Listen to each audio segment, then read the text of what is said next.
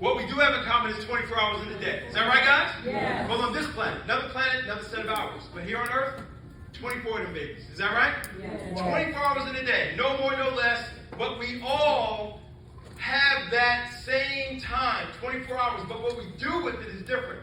But for most of us, and you let me know if you agree with this timeline, let's just say most of us work. Is that right, guys? Yeah. And most of us, let's just say 8 hours a day. Is that fair? Yeah. 8 hours a day. We put in 8 hours a day. So 8 of that 24 hours is work. Let's say we have to sleep. Do we?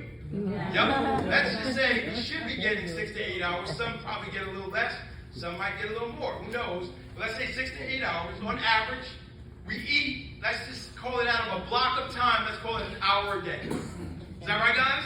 I know you're going to get an hour for lunch and you have breakfast, but out of a block of time, out of that 24 hours, let's just call it 1 hour out of that 24-hour day. We bathe, right? Yes. I was hoping to get a lot more participation there. It's just too hot here for that yet, so I'm just saying. Right? If the person next to you wasn't too enthusiastic, you have my permission to move over one seat. Okay, so we all bathe. And let's just call it out of a block of time, let's call it 1 hour. Is that all right, guys? Yes. All right. Also, we commute. And let's just say an hour to work and an hour back from work. Is that fair? Yes. All right, so these activities right here, these are what I call survival activities. This is non-negotiable time. Out of 24 hours, if you add this all up, I mean, think about it. We work in order to provide the lifestyle, the money to feed the lifestyle that we currently have. How many agree?